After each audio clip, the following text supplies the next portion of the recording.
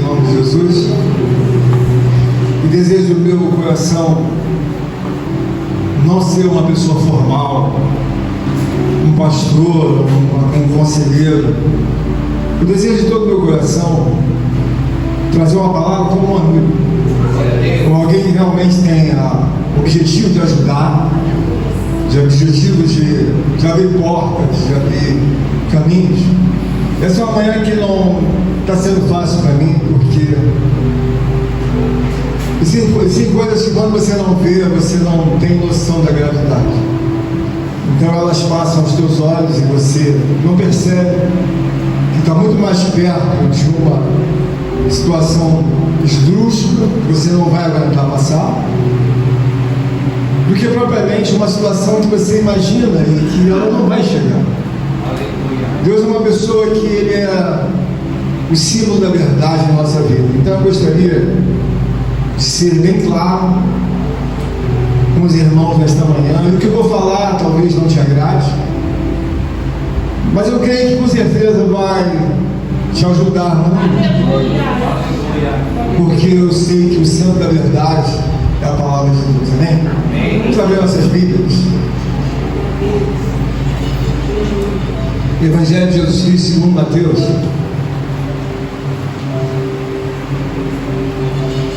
Vou falar no capítulo 23.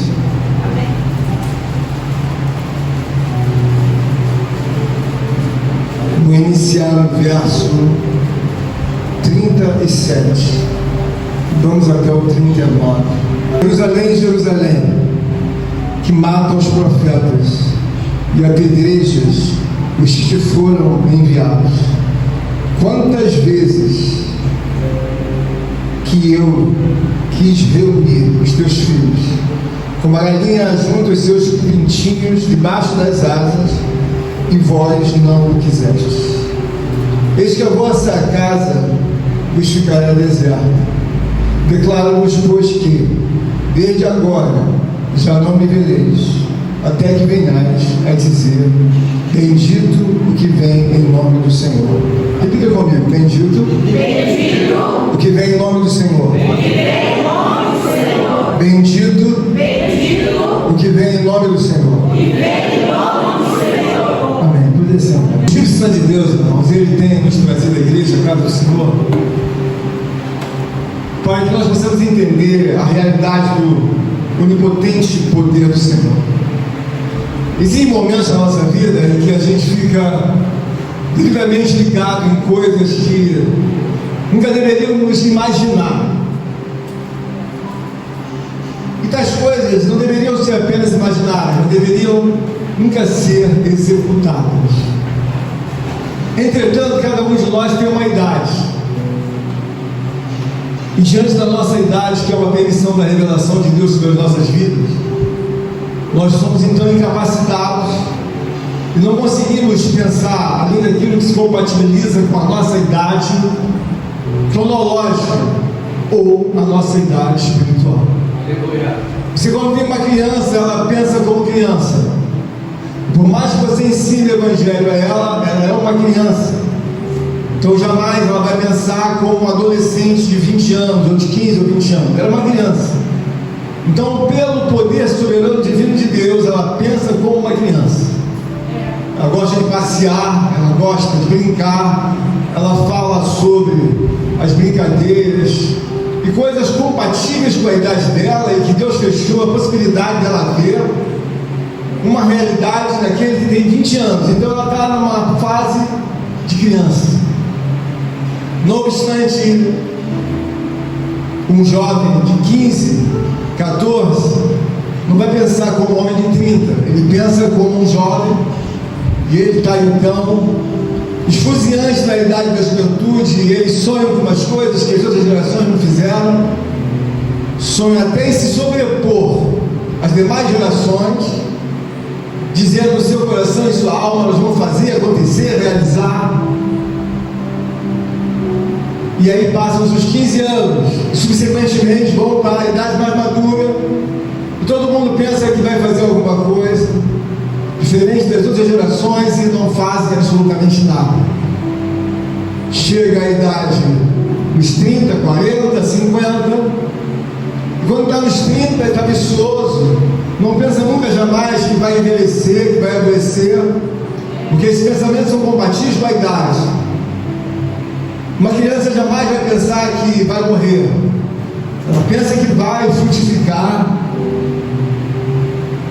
Ela pensa que vai avançar, porque é o que Deus colocou no coração dela como criança, ou como adolescente, ou como jovem. Ele não pensa nunca que ele vai cair na produtividade dele humana. Ele não pensa nisso.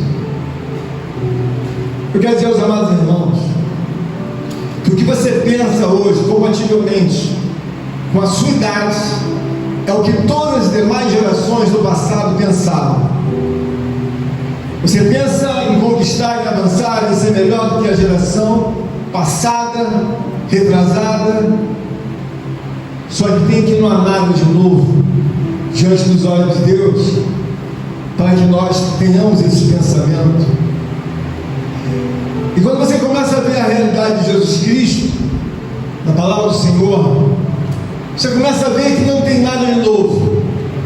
Deus é tão bom, tão puro, tão santo, que compatibiliza cada um a pensar segundo a idade cronológica e segundo também a idade espiritual. Porque há muitas pessoas que não conseguem pensar como Deus deseja que você pense. Então a situação ela vai se multiplicando cada vez mais, e nem sempre aquilo que seria desembaraçável com muita facilidade vai ser desembaraçado. Cada vez mais que nós olhamos para o mundo e para a igreja, nós começamos a ver a dificuldade que a igreja caminha e que o mundo caminha, e que não muito tempo atrás a igreja tinha dificuldades gigantescas. O texto que eu li é um texto em que Jesus falava com grande repúdio, com grande indignação a respeito de Israel, do povo de Jerusalém. O que eu quero trazer nesta manhã, segundo a graça infinita de Deus, é que nós temos que nos reunir sobre a verdade. Ainda que te custe você ouvir, você deve entender que a verdade vai mudar a sua vida totalmente. Não são as minhas histórias, não é a minha pregação, não é tão somente que eu falo em que eu li na Bíblia, mas o que muda a sua vida, o que faz você avançar como mulher, como homem, criança, jovem, adolescente, é a verdade. No mundo todo, a obra que é mais mascarada, que é mais repudiada, é a verdade de Deus. A palavra do Senhor nos dá graça. Eu vou começar inicialmente no livro de Mateus, no capítulo 22. Eu vou começar trazendo a introdução, que eu gostaria que se acompanhasse, se assim pudesse. Reunindo os fariseus, interrogou-os por Jesus: que pensais vós do Cristo? De quem é filho? Responderam-lhes eles: de Davi. Replicou-lhes Jesus: como, pois, Davi, pelo Espírito, chama ele Senhor, dizendo: disse o Senhor ao meu Senhor: assenta-te à minha direita, até que eu ponha os teus inimigos debaixo dos teus pés. Se Davi, pois, lhe chama Senhor, como é ele seu filho? E ninguém lhe podia responder palavra, nem ousou alguém a partir daquele dia fazer-lhes perguntas. O que eu gostaria que os irmãos trouxessem ao coração, que nós sabemos que o Salmo 110 diz assim: disse o Senhor ao meu Senhor: assenta-te à minha direita. Davi falou pelo Espírito Santo. Davi nunca deu a Cristo, mas o Espírito Santo de Deus, no Salmo 110, leva Davi a falar: disse o Senhor ao meu Senhor. Jesus perguntou para eles: quem vos pensais? De que Cristo é filho de quem? E eles responderam: de Davi. Eles eram fariseus e não tinham temperatura espiritual. Porque alguém que vai e fala que Jesus é filho de Davi, ele não tem profundidade de raiz, porque Jesus é filho de Deus.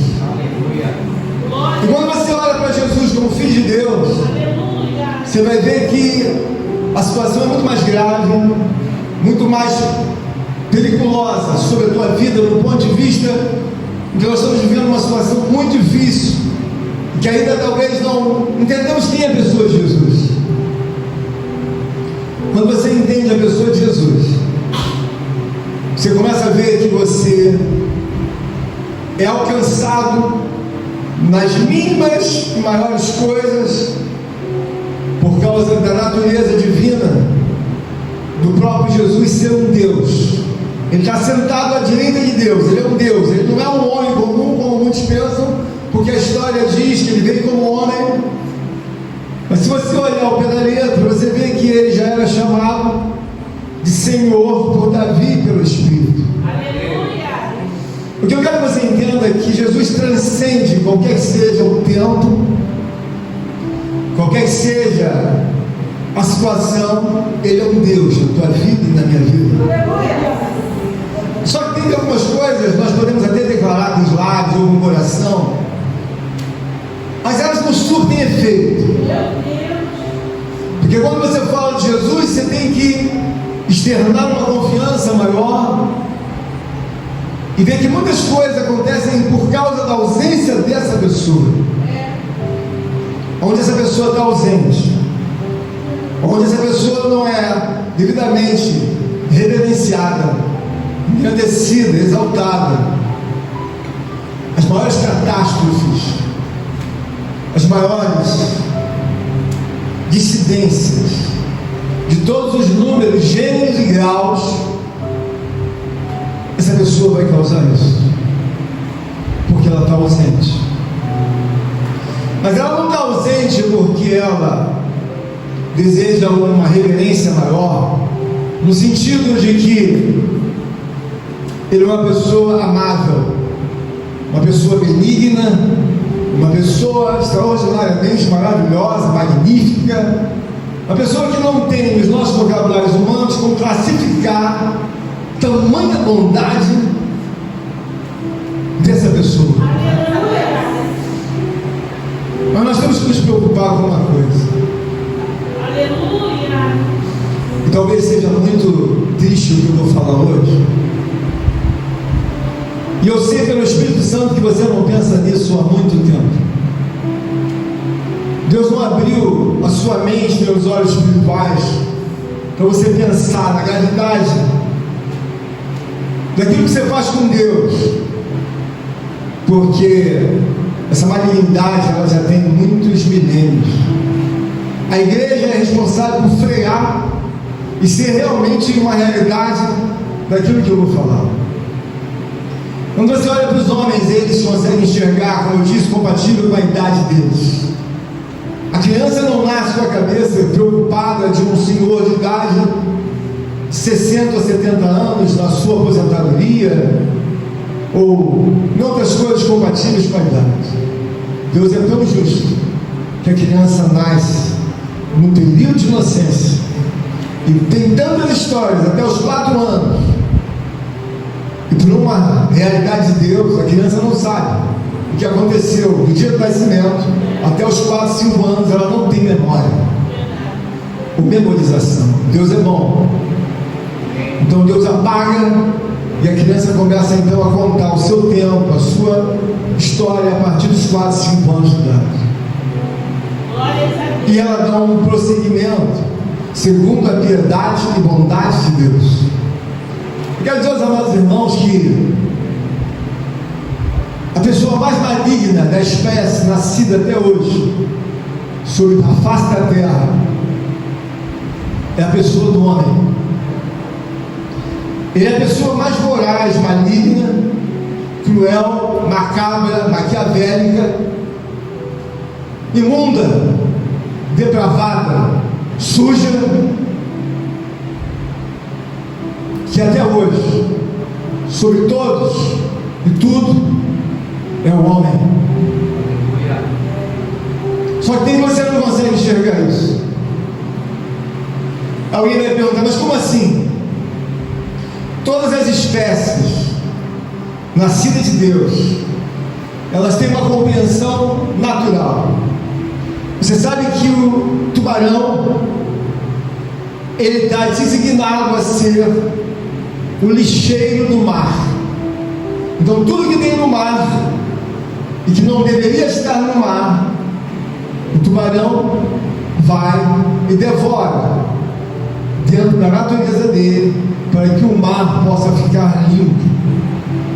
Então o tubarão, ele tem uma voracidade dada por uma natureza divina de Deus. Não obstante, você tem mais aves, alguns abutres, e tem um abutre conhecido como urubu, que ele devasta a face da terra. E quando você vê alguma coisa inconveniente, algum animal morto, ou coisa parecida, algum animal aleijado, uma ave que não voa, uma ave que nasceu com alguma anomalia,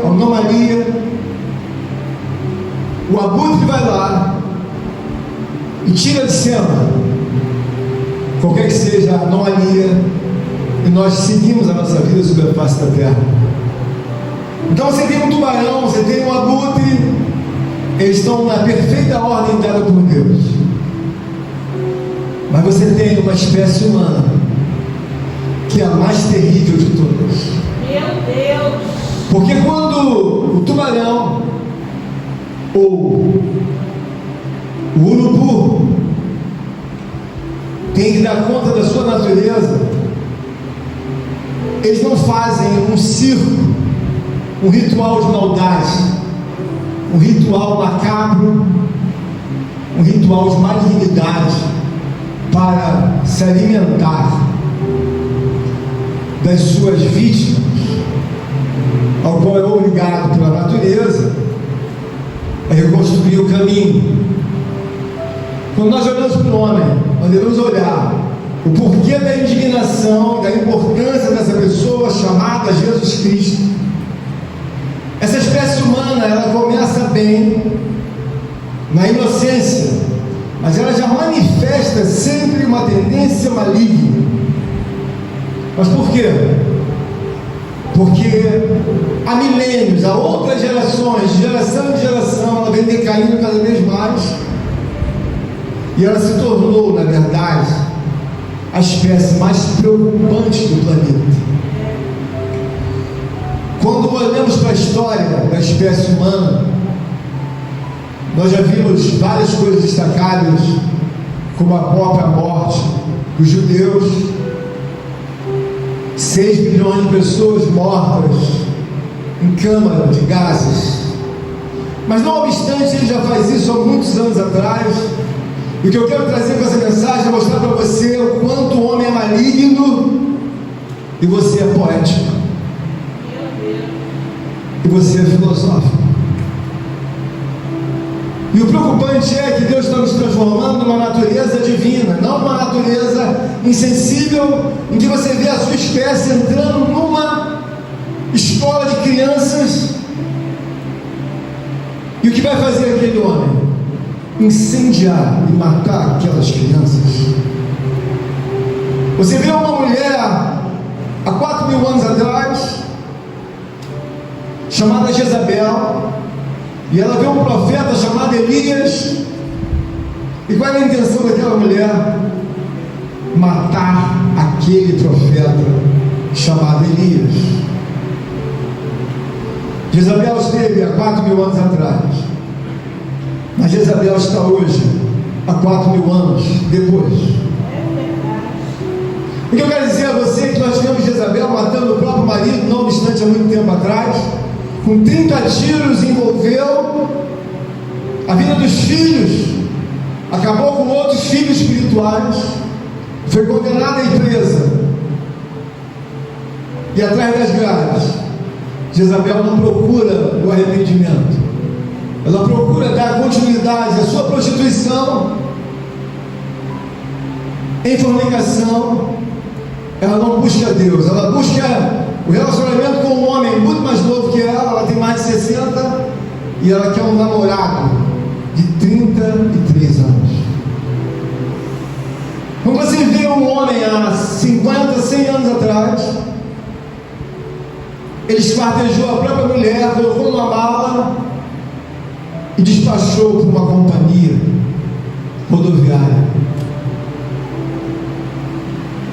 E não obstante, você já soube de inúmeros homens que foram enforcados ou enforcadas,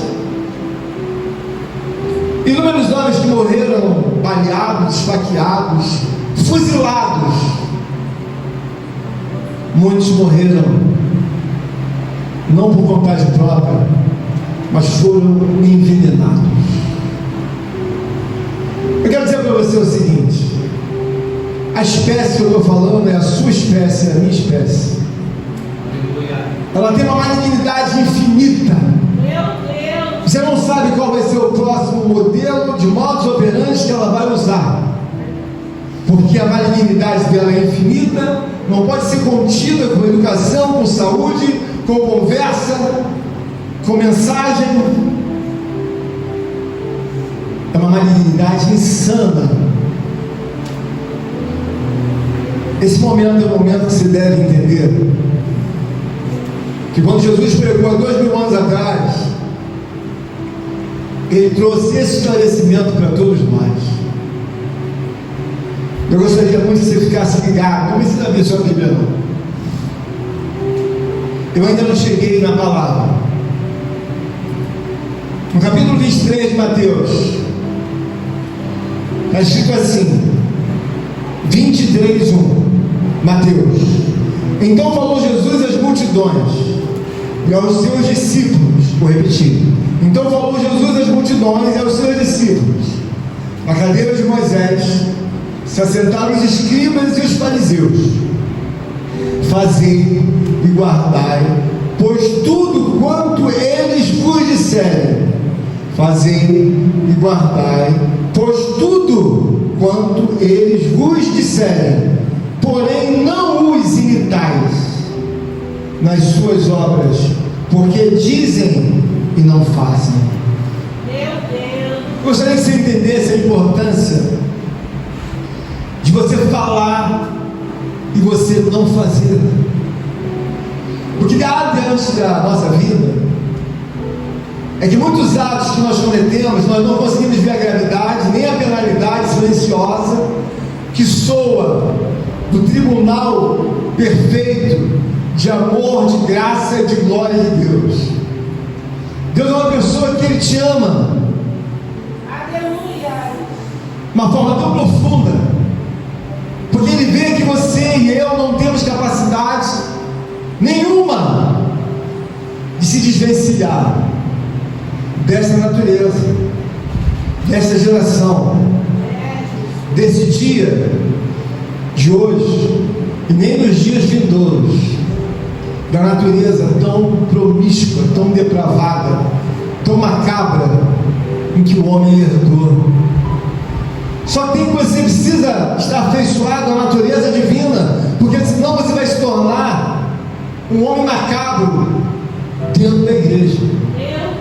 Você vai se tornar insensível, porque alguém que mata com todos esses modos operantes variados, com requinte de maldade, rindo, não tendo nenhuma sensibilidade, é alguém que não cabe em lugar nenhum.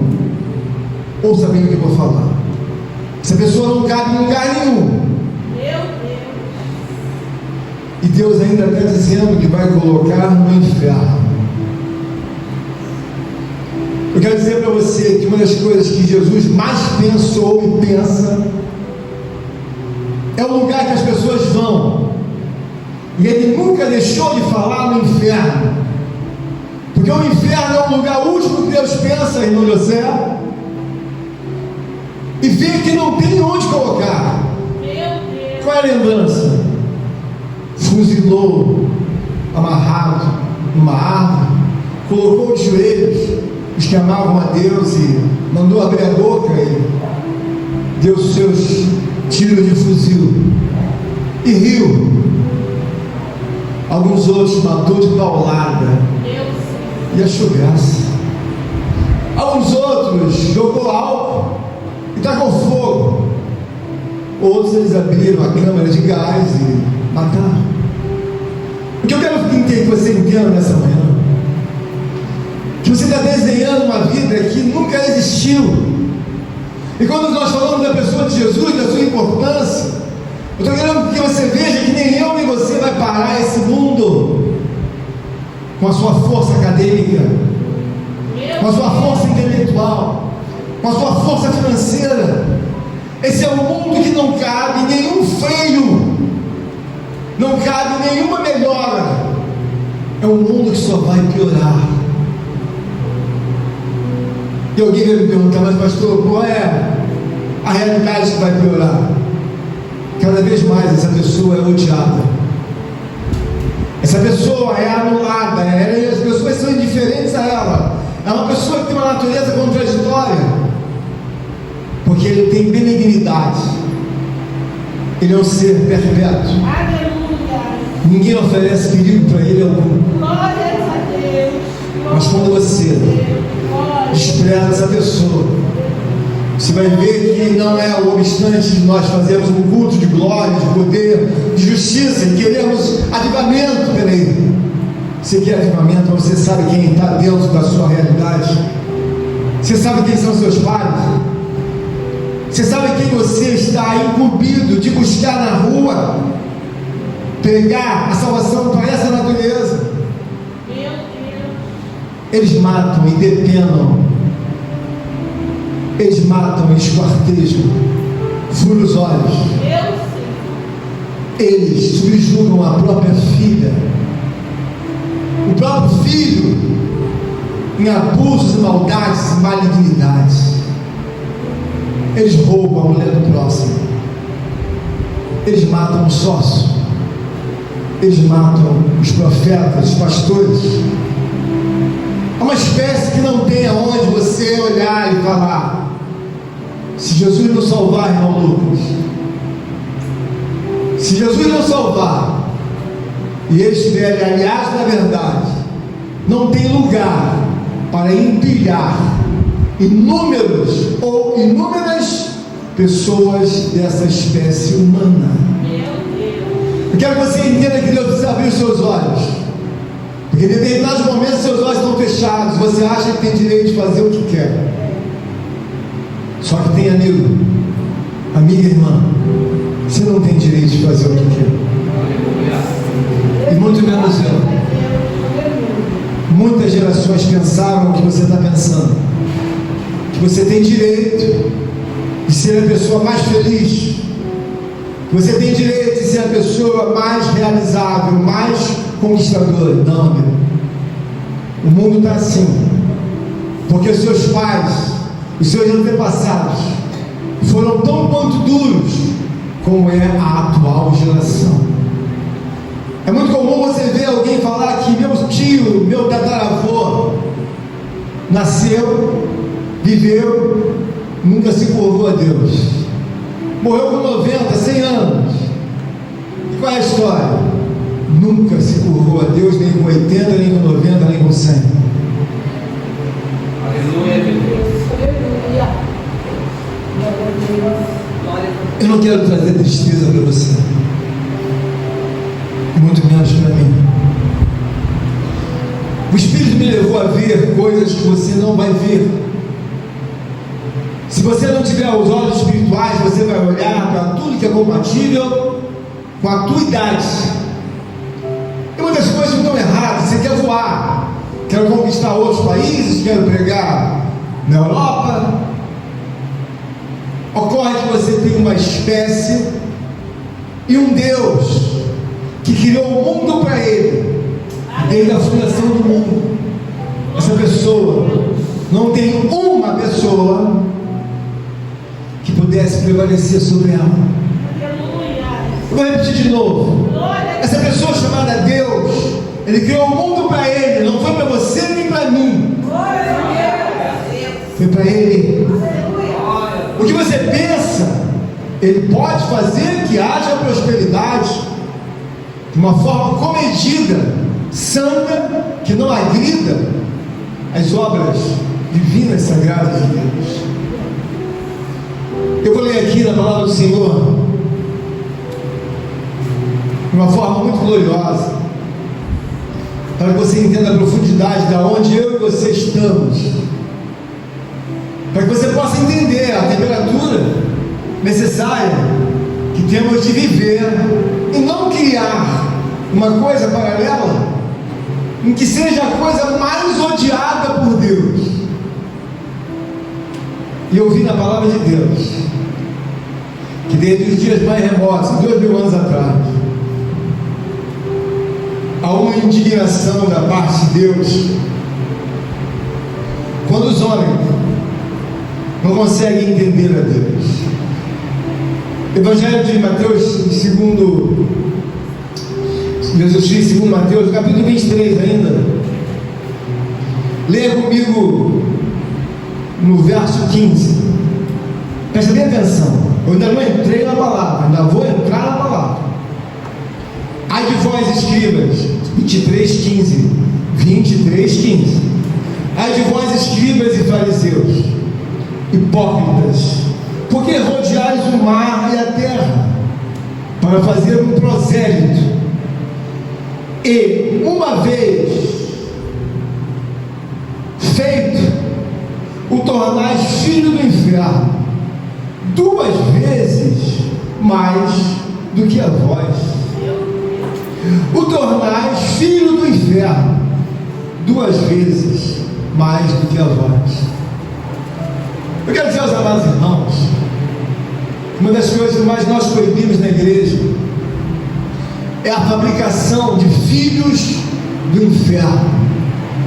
Quando Jesus fala de prosélito, ele está falando de alguém que vai ser formado em acreditar em alguma coisa, mas como alguma coisa que vai ser acreditada a ele a crer, não é nada, ele se torna um filho do inferno. Então um prosélito é alguém que crê em alguma coisa, mas em alguma coisa que não tem nenhuma verdade, em alguma coisa que é uma mentira, e ele está dizendo assim: e vos tornais 2 vezes mais filho do inferno. Então o homem que prega uma palavra mentirosa, enganadora, não só ele vai para o inferno, mas também aqueles que são filhos do inferno vão junto com ele. Porque você está pregando uma mentira, você está pregando uma coisa que não existe.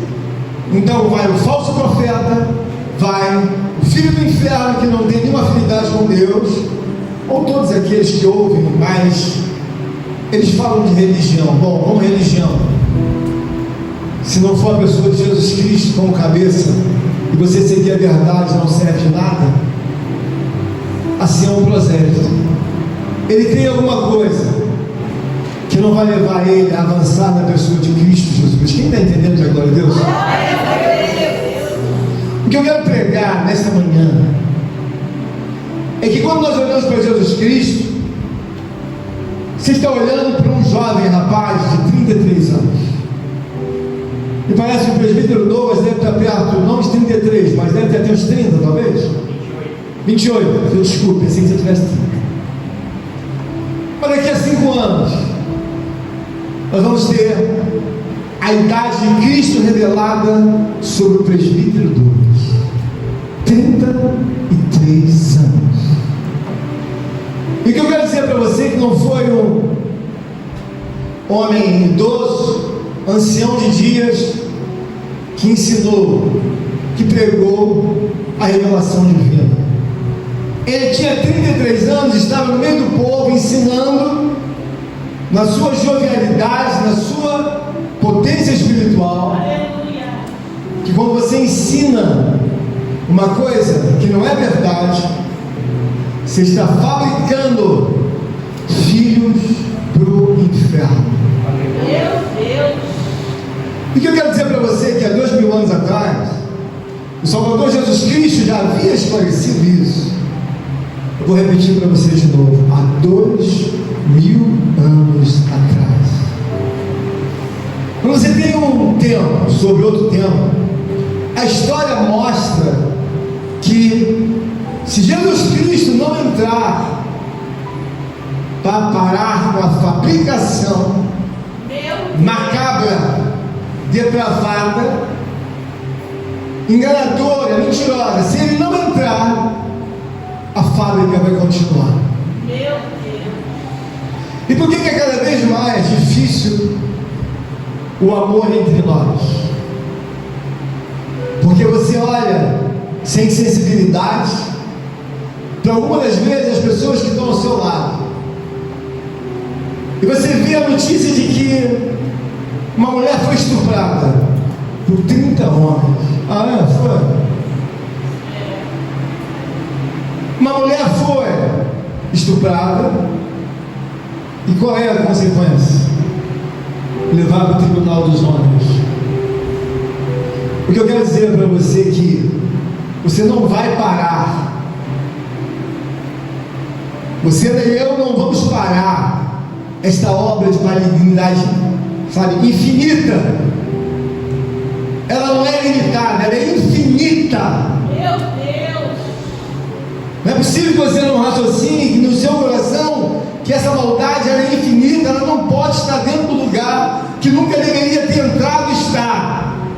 Nós estamos insensíveis. Uma mulher vai para o hospital ter um filho, irmã Eliette. O mínimo que se presume é que entrou no hospital, vai ter a criança. Daqui a pouco vem a notícia que a mulher foi estuprada na mesa de operação, que foi abusada, que foi envergonhada.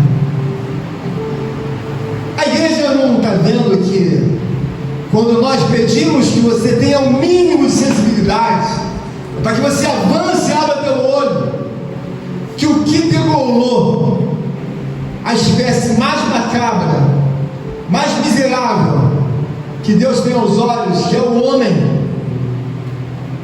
nós podemos ser a próxima vítima dentro da igreja. Meu Deus. Por quê?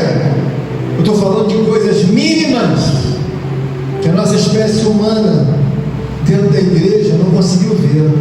Essa palavra de Jesus, ele está falando para os fariseus, para os supostos homens que acreditavam em Deus. O que Jesus fala deles é: vocês são como um cemitério, vocês são como um mausoléu, vocês não têm nada dentro de vocês. Observa o que eu vou falar para você. Abra sua Bíblia agora, e depois dessa palavra eu vou então entrar na palavra. Abra, por favor, 23, deve já estar aberto. Vou falar agora o verso 27 em diante. Todos encontraram? Amém.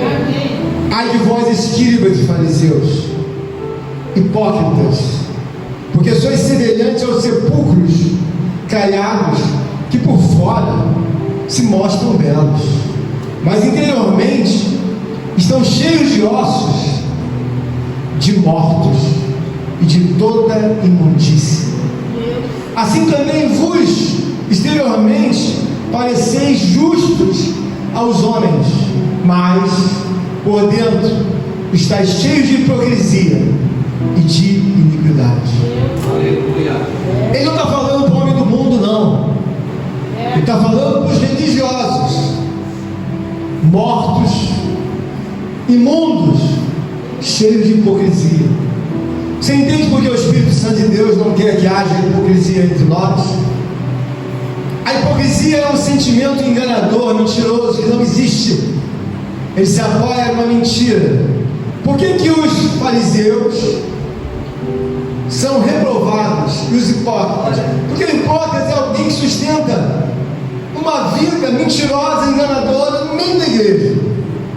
Ele não tem sensibilidade.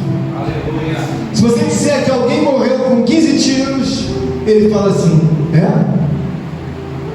Ele vira a página, a chave, porque não tem sensibilidade, já está bem perto de se tornar um homem como esse, como um cemitério de ossos mortos. O que eu desejo trazer para você para mim e para todos nós. Quando você fala aqui o caminho, na palavra, a porta é estreita. Jesus Cristo é uma pessoa perfeita, que ama a todos os homens. Impossível achar um pecado nele. Impossível achar alguma discrepância. Alguma coisa que você diga assim, ele tem uma violação, não, ele não tem nada, ele é perfeito. Por ser perfeito, ele é dominante. Então nós temos uma igreja que ela caminha insensível, procurando o seu bem próprio. É uma igreja que está em hipocrisia. É uma igreja que nós sabemos que já cresceu muito, mas muitas das vezes eu não posso ir na sua casa, mas eu sei que você dando continuidade à sua hipocrisia,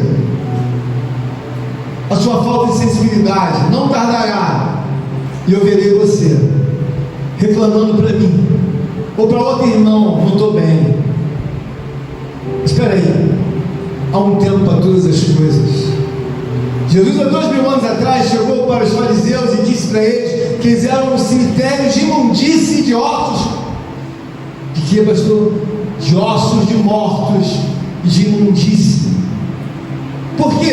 Porque não tinham sensibilidade de ver a obra de Deus. Você imagina que quando você vê um homem pedófilo,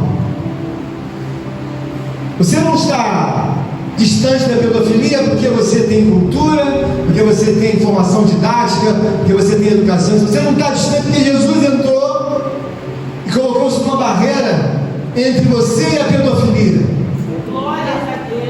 Não é porque você é bom ou eu sou bom. Não é por causa da sua mãe, nem por causa da educação dos seus pais. Essa pessoa é a pessoa que separa você de todas as miseráveis e mais contundíveis obras diabólicas e macabras do mundo. Se você entender isso, você vai ver que quando ele está falando para o povo, ele está dizendo de uma forma implícita, porque ele ia dizer, todos iam desanimar, então ninguém se salva. Não. Se Jesus não entrar, ninguém. Mas como, pastor? Repete.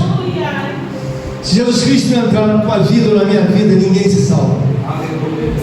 Mas espera aí, pastor, nós temos 2000 religiões.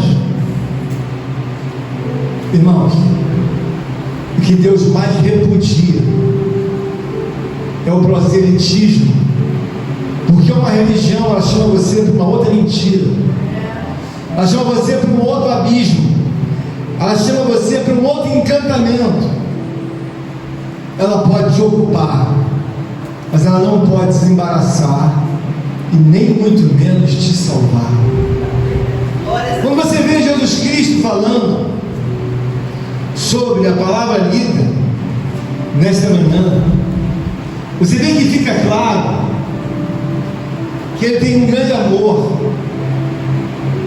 e ele externou de uma forma mais poética.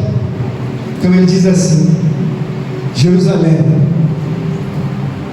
23, 37 que eu li, Jerusalém, Jerusalém, que matas os profetas e apedrejas os que te foram enviados. Quantas vezes quis eu reunir os teus filhos como a galinha ajunta os seus pintinhos debaixo das suas asas, e vós não o quisestes.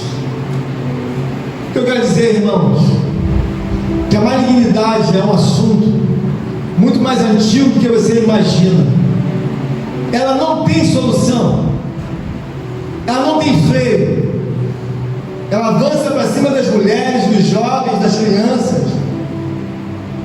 Ela não tem freio, ela não pode parar, pelo dinheiro que o homem tem, pela capacidade física, pela capacidade jovial social, didática, financeira.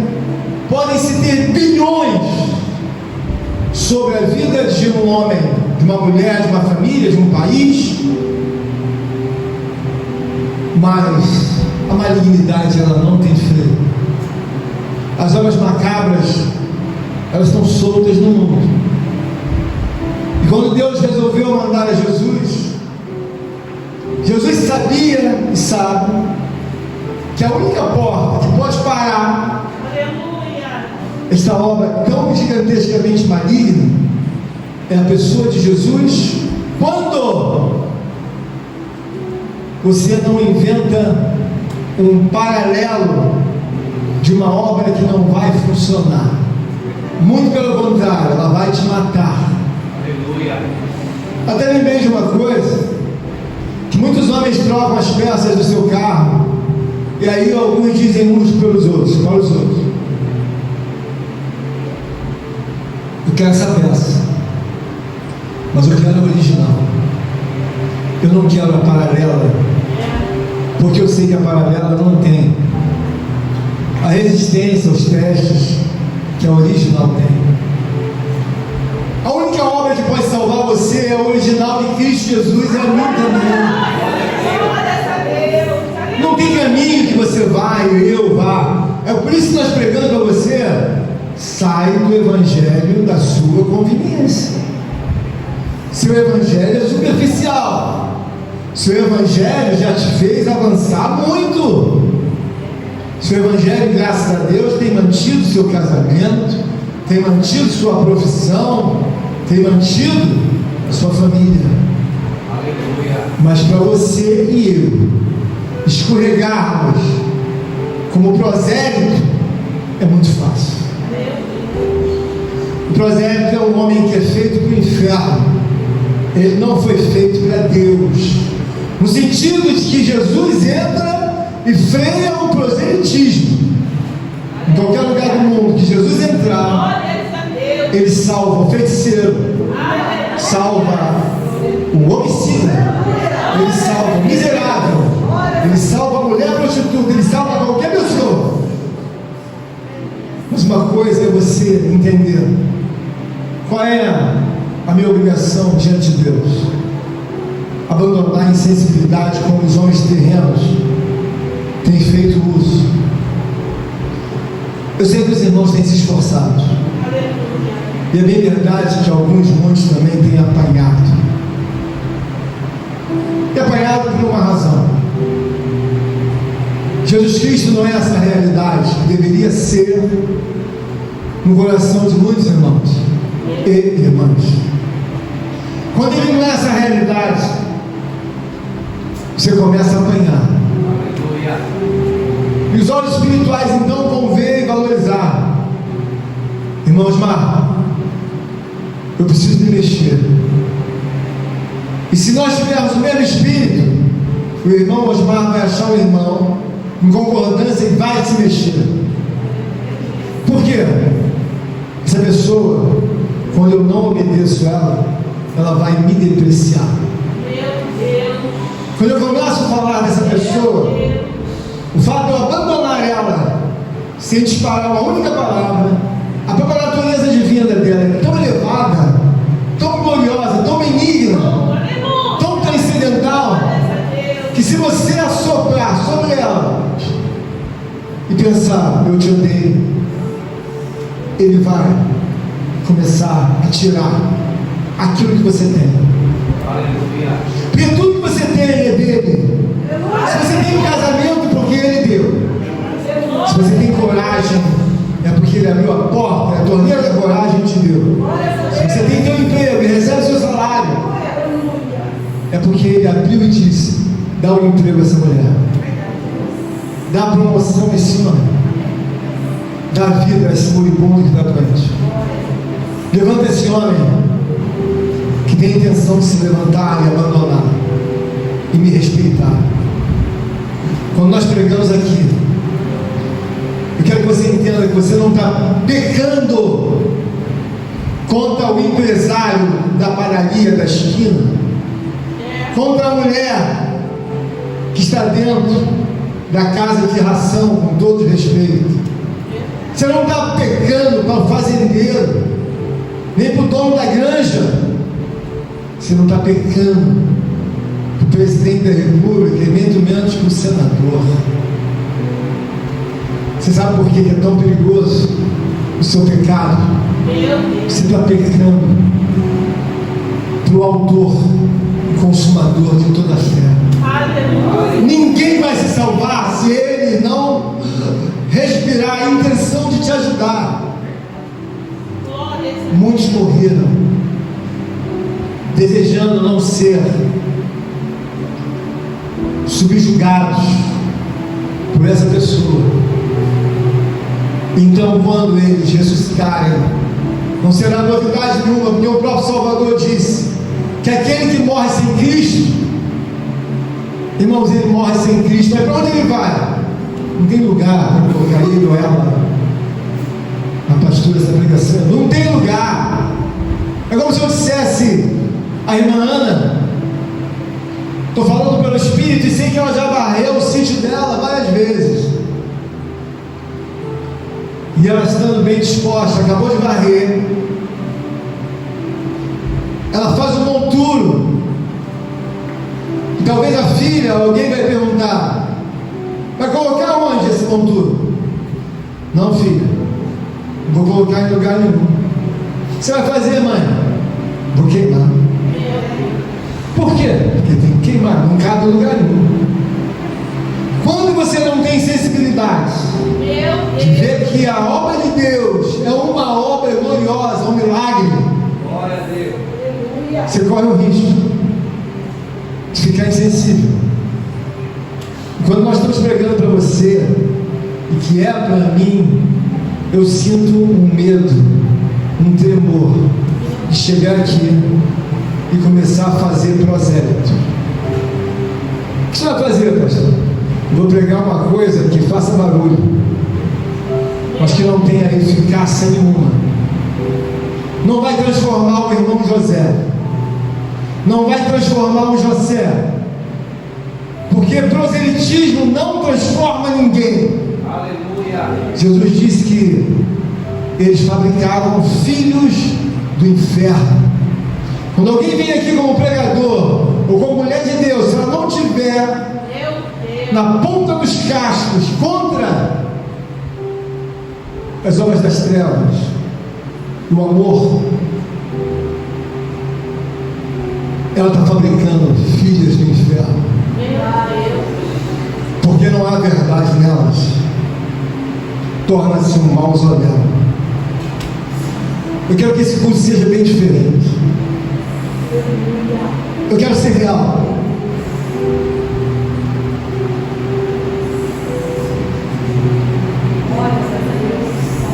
E às vezes é muito duro ser real.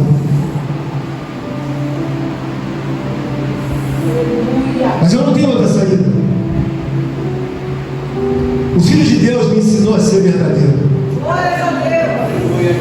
Mesmo que eu esteja longe. Eu sei que muitos efeitos colaterais dentro da igreja, da sua vida, eles nunca iriam existir. Nunca. Mas como há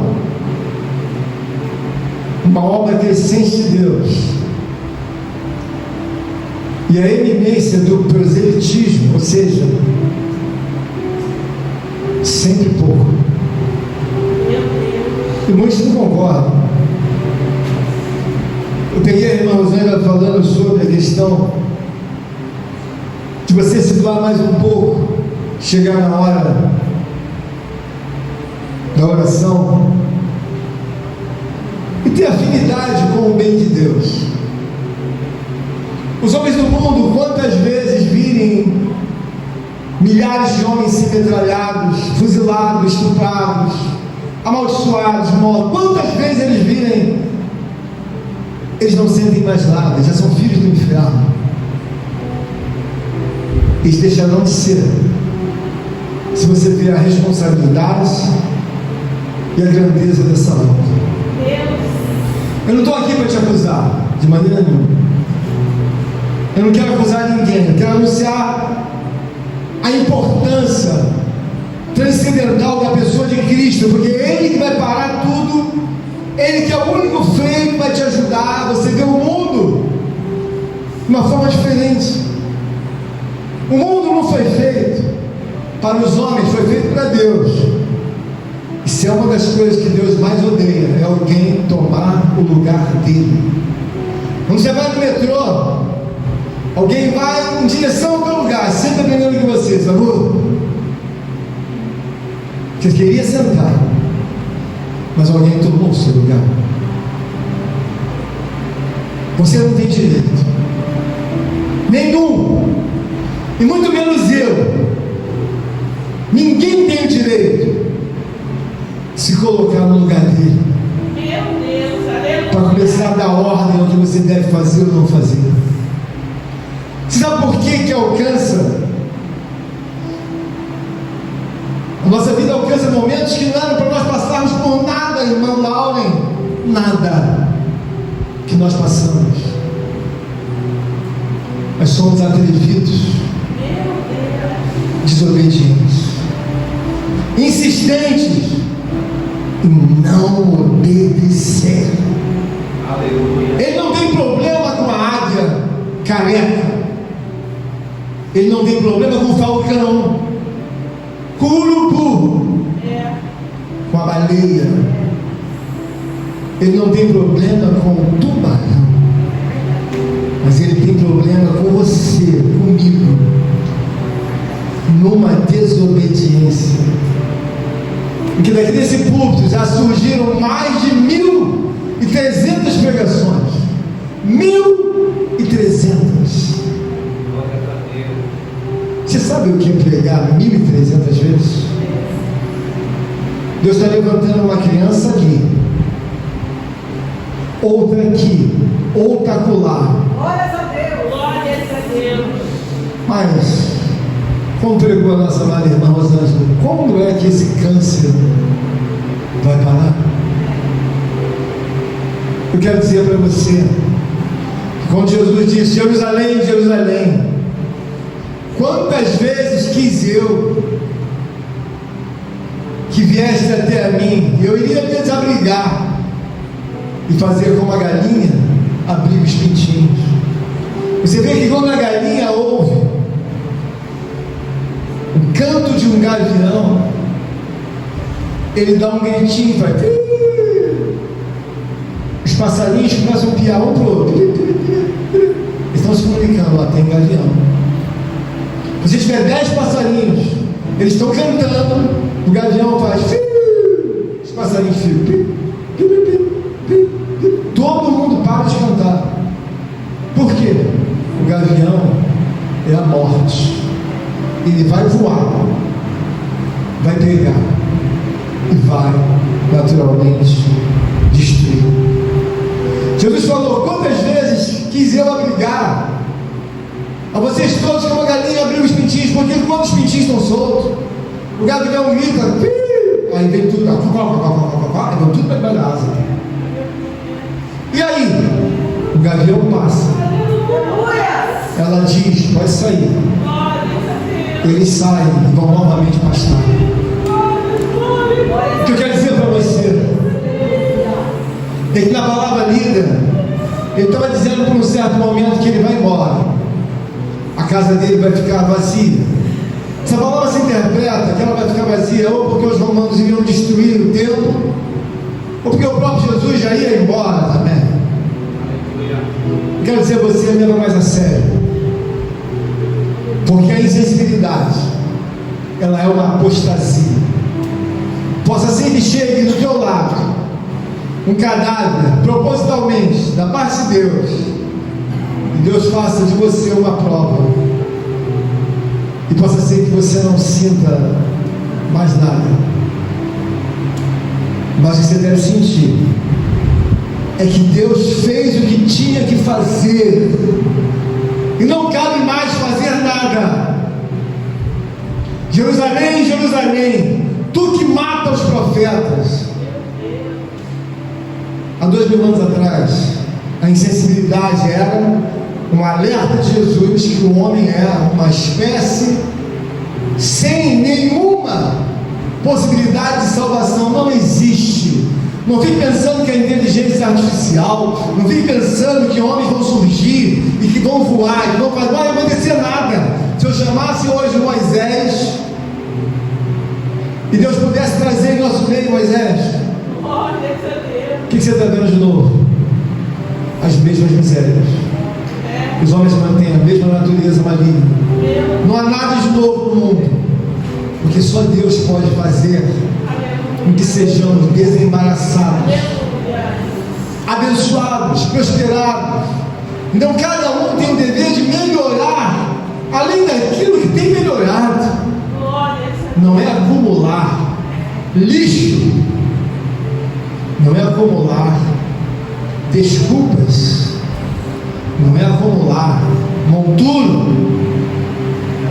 O que Deus fala: estou querendo batizar, estou querendo dar dons, estou querendo salvar. Mas pastor, o que vai valer Glória a isso? Deus.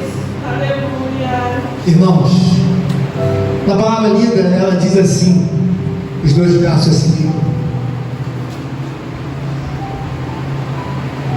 eis que a vossa casa vos ficará deserta.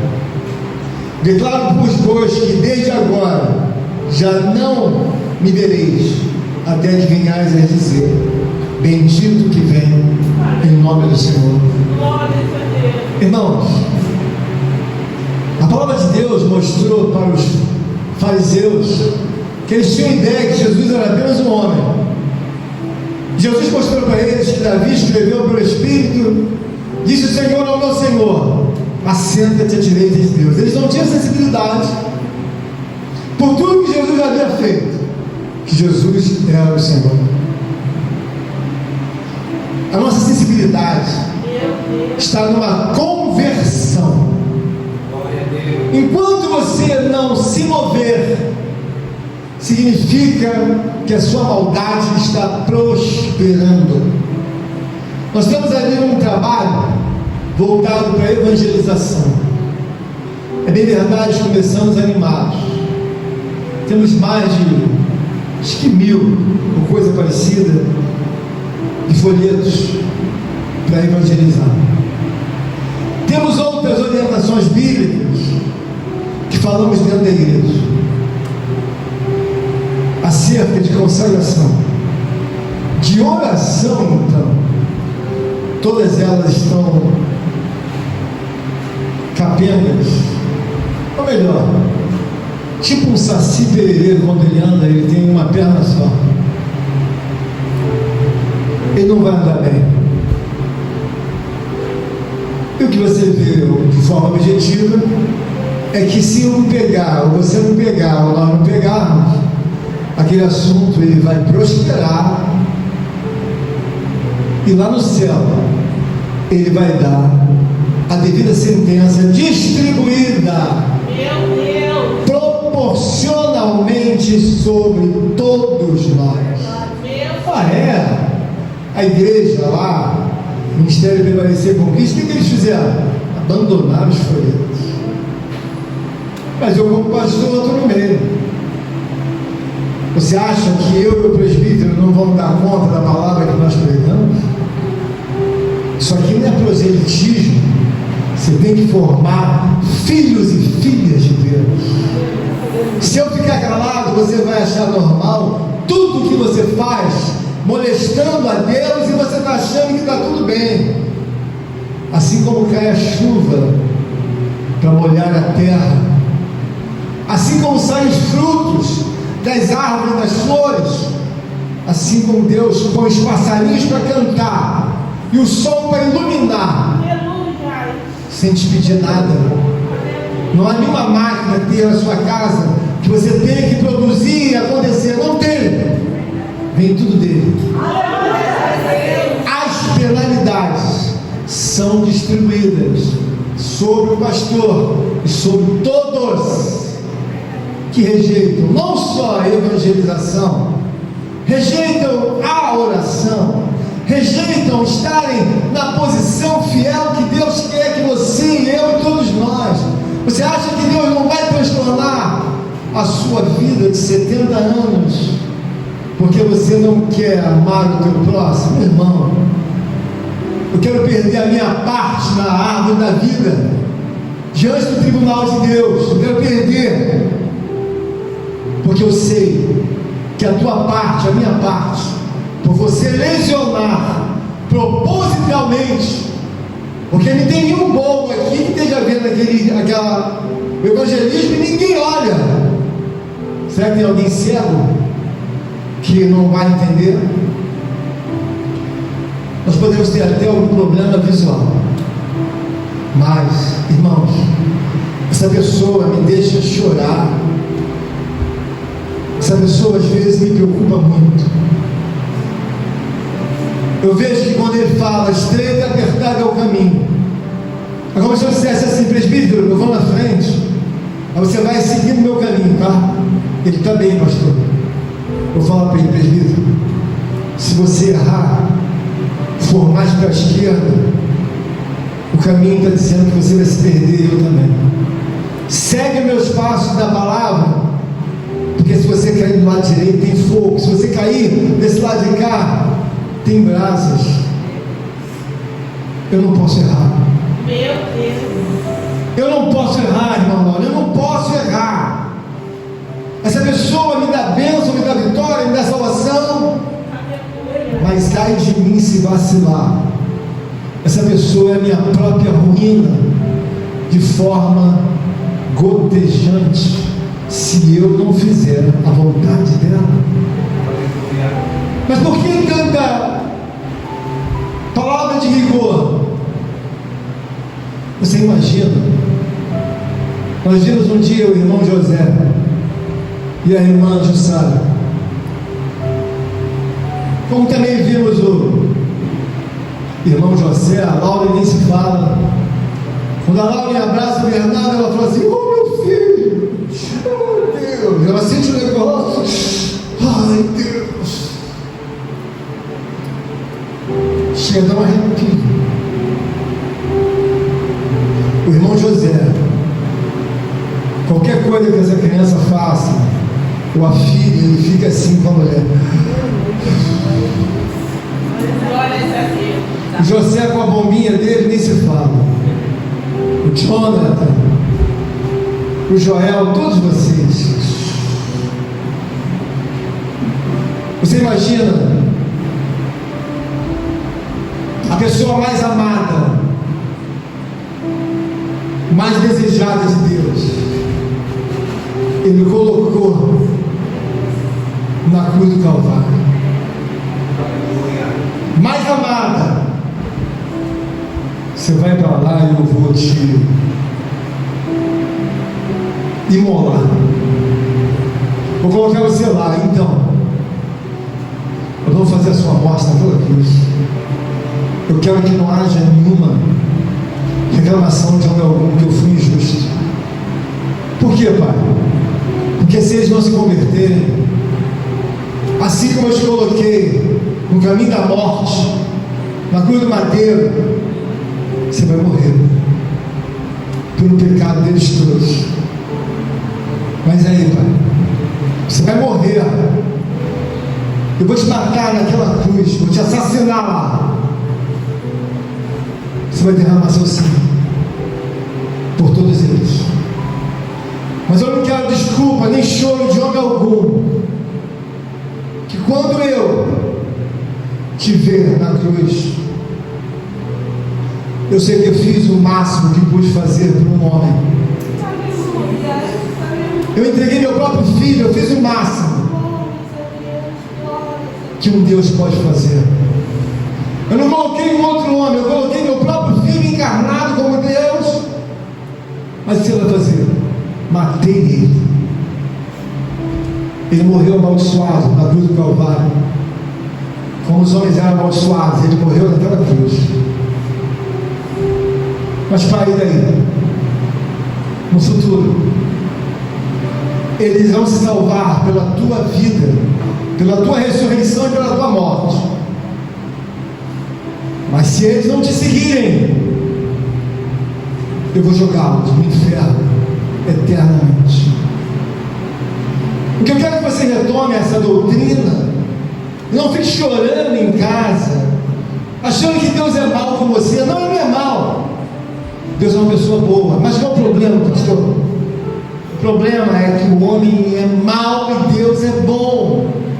E quando eu tenho alguma coisa ruim, eu não tenho o que fazer, como eu falei com a irmã Ana.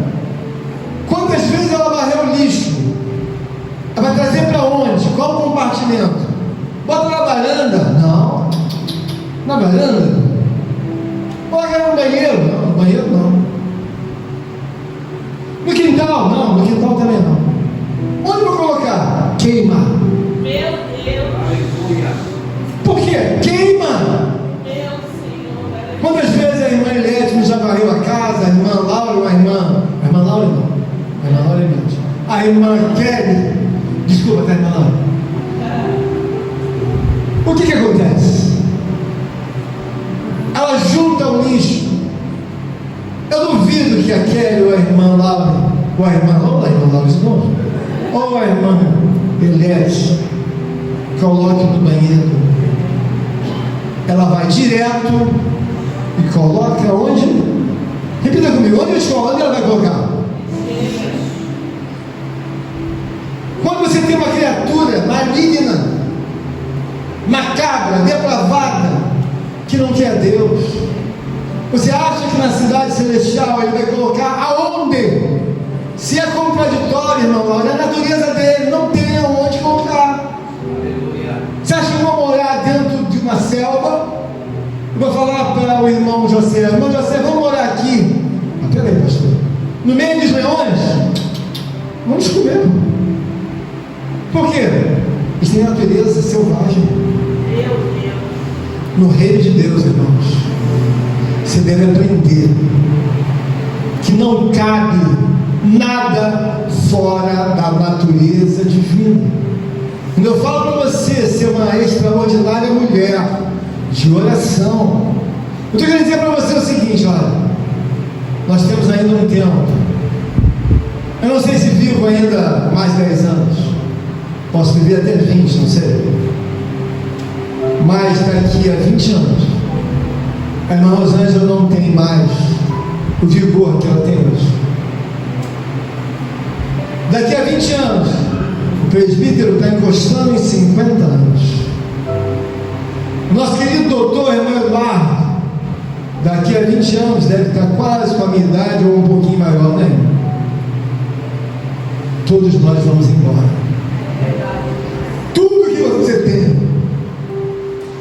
é hoje a oportunidade de fazer uso da sua sabedoria divina pela palavra. Por quê? Todo mundo foi embora. O que vai acontecer com você? Você também vai embora. Daqui a pouco vai acabar o seu vigor da juventude, da sua infância. Daqui a pouco você não vai querer brincar como criança. Ninguém vai querer me ver, o pastor está brincando como criança. Peraí, o pastor pode até brincar como recreador, né? Mas imagina a irmã Marcela chegar em casa e a irmã Rosângela fala: pera um pouquinho, o pastor está brincando. Brincando o quê? Aí a irmã Marcela: pastor, brinca.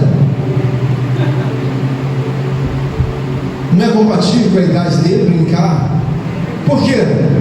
O pastor é maduro. Ele agora já é um homem Aleluia. de idade e que não cabe mais essa natureza. Finalizando, eu quero dizer para você o seguinte: bendito aquele que vem em nome do Senhor, que é Jesus. Começa a melhorar, não uma nem duas vezes. Essa pessoa é a pessoa mais importante do mundo.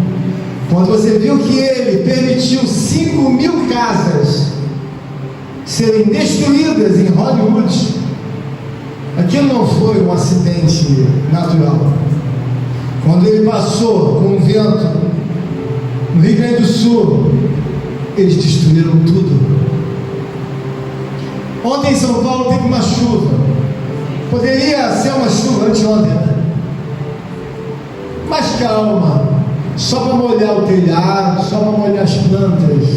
Você acha que ele não poderia abrir o dosador só para molhar as plantas, então não vai encavalar um automóvel com o outro, nem destruir. Esses dias agora nós temos visto mortes em cima das mortes. Por quê?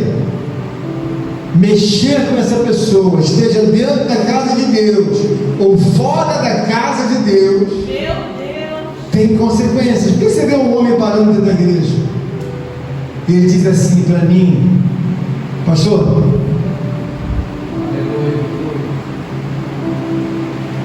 estou com a vida toda desarrumada. Toda. Não sei mais o que fazer. Tudo dá errado. Você não sabe? Você não leu que ele falou no proselitismo, quando você faz uma pessoa fora da verdade de Cristo, está fazendo um filho do inferno. Se a pessoa está dentro ou não da verdade, irmãos, a fábrica ela pode prosperar dentro da igreja como fora da igreja. Eu não sei até quantos anos o presbítero vai pregar, mas creio que Deus tem lhe dado muita vitalidade. Ele já completou mais de 10 anos na presença de Deus pregando. E isso não foi ensinado pelo pai dele, nem pela mãe dele, nem por mim. Então somente Deus colocou uma fome e uma sede nele. Aleluia. Glória a Deus. E colocou também em você. Glória a Deus. Mas espera aí, não está escriturado para você levar uma vida de prosélito. Prosélito é alguém que quer uma religião, mas não quer uma verdade. E eu não estou aqui para te entristecer nem magoar. Está escriturado no livro da vida. Estou pregando com o maior amor, maior verdade, em que Jesus Cristo tem a maior importância que você possa pensar ou imaginar. Ele abençoa, mas se nós não tivermos essa devida confiança, essa devida força, essa devida fé, eu não acho que a minha vida tem uma ruína repentina. Eu não acho, irmão Joel. Eu tenho certeza absoluta. E as palmas louvam e engrandecem.